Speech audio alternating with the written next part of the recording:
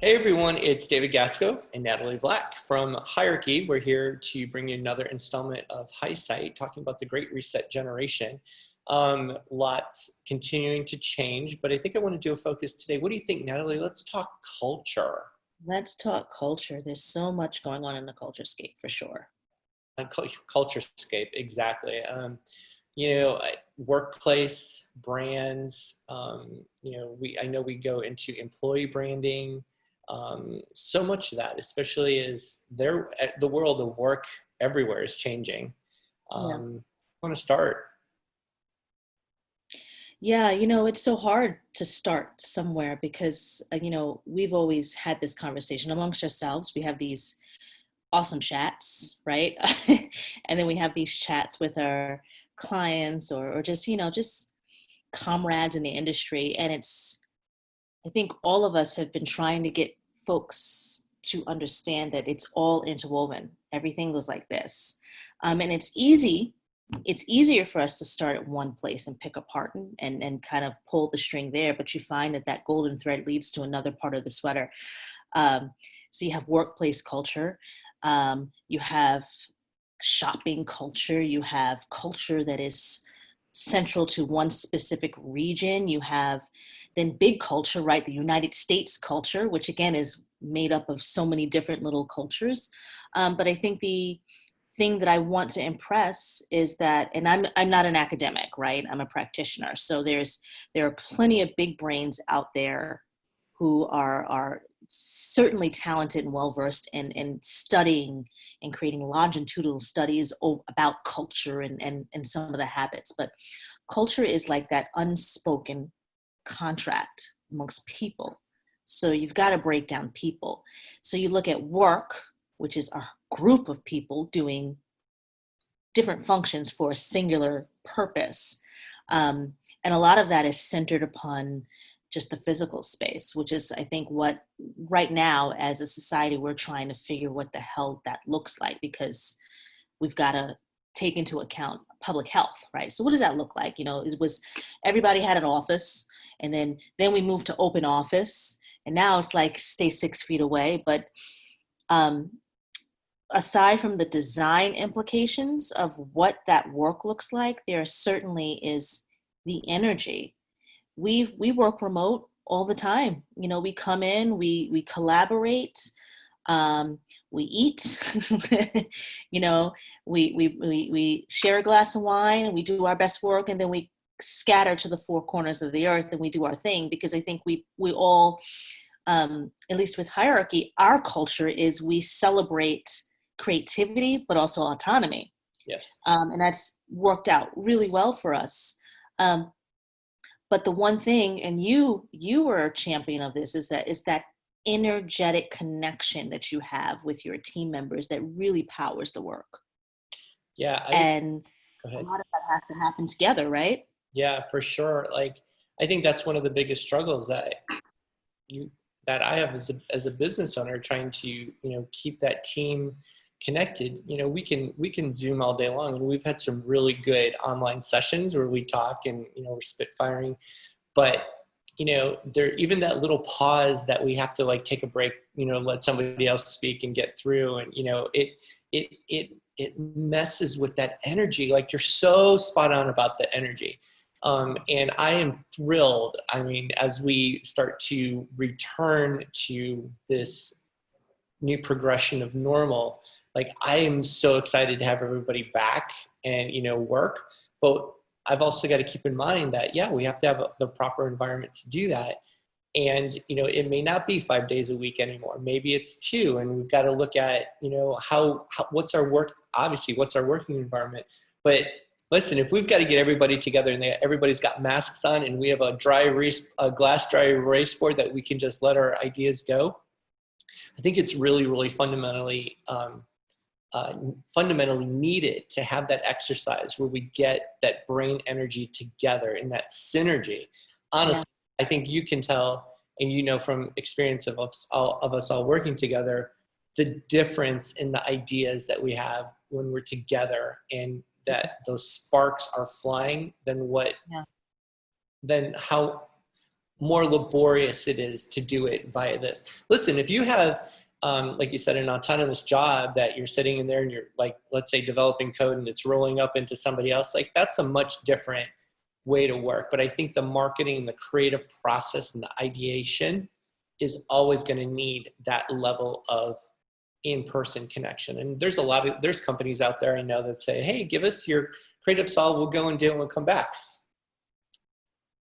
I struggle with how much connectivity, cerebral connectivity, as well as just relationships those individual people have that are thrown at a project to get it done versus a company or a culture like us that we actually know things about each other and we've built relationships that are deep, again, that contribute to that alignment of positive outcome and energy. So I don't know, like I'm struggling with it, but I cannot wait. I love the in-person experience. It just, as a creative, it just energizes me beyond belief. Yeah, yeah, and that's the biggest difference. I think, prior to our agency days, um, we working with corporate where creative work aside, the biggest push against working remotely was, well, how do we know that you're working? And so at least my rally cry was, work is not confined to a building. Uh, and we obviously have industries that are completely built on Sure. work, right? Structure, we work, for example, which kind of redefined a little bit, um, the workforce, the physical space of the workforce. But it's just the commercial real estate industry. It's like you get a leasee who's paying $12 to $20,000 a month on a 5-year lease term for rent for its workforce of 1,000. Of course, there's going to be emphasis. No, you're going to come to this office. So I get it. So I think it's forcing this kind of conversation between you and I, and between companies, and between clients. Like, what do we do? And I think that is the most important thing. We may not have the solution today, but the important thing is that now we're forced to listen to other points of view. Again, we're not an HR company. However, we do understand culture, right? And I think listening brings into the mix our definite capabilities as a shopper marketing agency, because we know how to listen and get the nuggets or ask the questions to get the nuggets out of the audience so that we know how to respond or help them move forward. I think when you pair that with culture, especially as you look at employee branding, which I think is going to be needed way more than ever, especially in these remote environments, we know how to get to those nuggets and listen and be able to prop up the workforce so that they actually have an identity and are humanized versus just somebody that's sitting back behind their desk now in their home, their kitchen table, what have you. Yeah. Really humanize them and bring them to life. You're starting to see some brands do it, but there is a lot of runway yet that needs to be done. And from small individual shops all the way to that mid-market, there's a lot of companies out there. And I mean, I know I would love to help a lot of them. Yeah, no, absolutely. And across geographic boundaries, right? We had this offline conversation about the gig economy. And, I love the idea of the gig economy because it puts a lot of people and their different talents to work. The challenge is that, and there's a culture challenge there, but then there's also a bigger mission challenge where you have companies now that are going to kind of retract and not spend as much. So they may not beef up their employee Correct. workforce. They may beef up their gig workforce. And so, again, money shifts, right? Buckets, it doesn't disappear. So they put it towards that. So there's less money on benefits and things. But then you have a bunch of people in different areas working on one part of a longer chain. And so again, like you said, how do you tap into that collective talent, that energy? It can be done. It can be solved. It's just now you have to talk about it. And so it brings a lot of things to light. Yeah, and especially as you talk about the gig economy and companies will be looking, we know that's going to be a trend, right? Because people are going to be looking to do those individual hires, consultants, whatever, not in the big consultant groups anymore, but those individual people to do a certain thing. I think there's two things that need to happen. Is one, for the time that you're buying of that person, 25%, whatever, of, to get something done, and you're sharing them with 2 or 3 other companies potentially during the day, how do you still make them feel as a part of your culture, right? Because that's what's going to keep them for the long term. I mean, I've hired contractors before. I've been a contractor before. And sometimes you just get there and you're just like, I'm here to do my work, or I'm doing it my way. And it really, then you're working so much time to bring that my way back into the way, or the company way. So I think it really takes very specific people. Hopefully companies will be looking at that. We can help with that, is to, again, not only invite them and get them a part of the culture, but then also develop the people that need to be able to lead teams like that. Because we're going to see, I think even in internal teams, we're going to see a lot of people flexing and kind of moving from over here to over here to over here. So multidisciplinary people or teams are going to be really important, that they can do more than one thing. Yeah.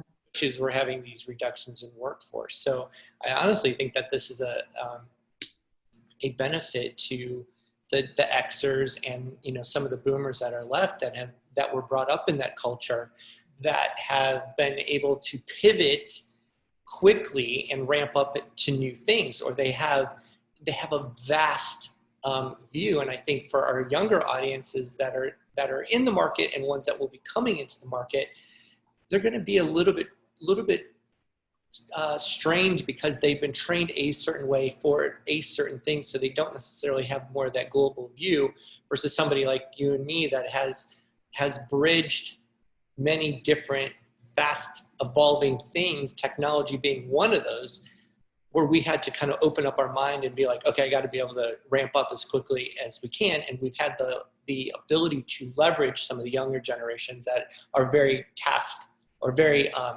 discipline specific.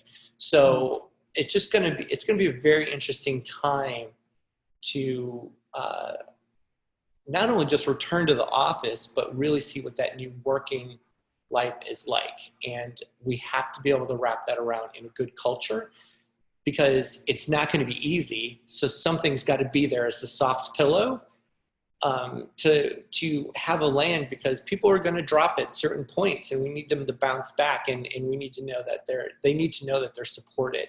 So, employee branding, I think, is giving those people a voice is going to be extremely important as we move forward.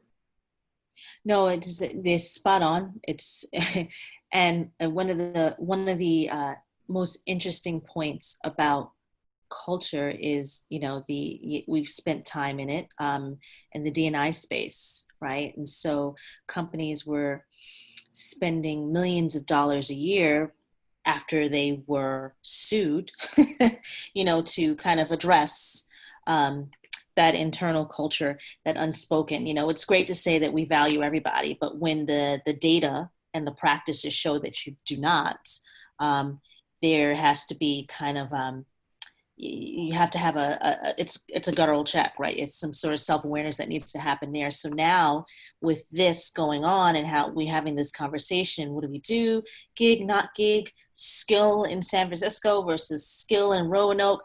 I think it really does broaden the inclusive diversity conversation, because now aside from making open up opportunities and things like that, now you have to live and breathe the practice. So if I am in Okefenokee and I am the best person for the job, and I happen to be a Black woman, and this happens to be my skill, like, you really are beginning to embody inclusive diversity, because geography is a boundary, technically, literally, but it also is a boundary to access, right?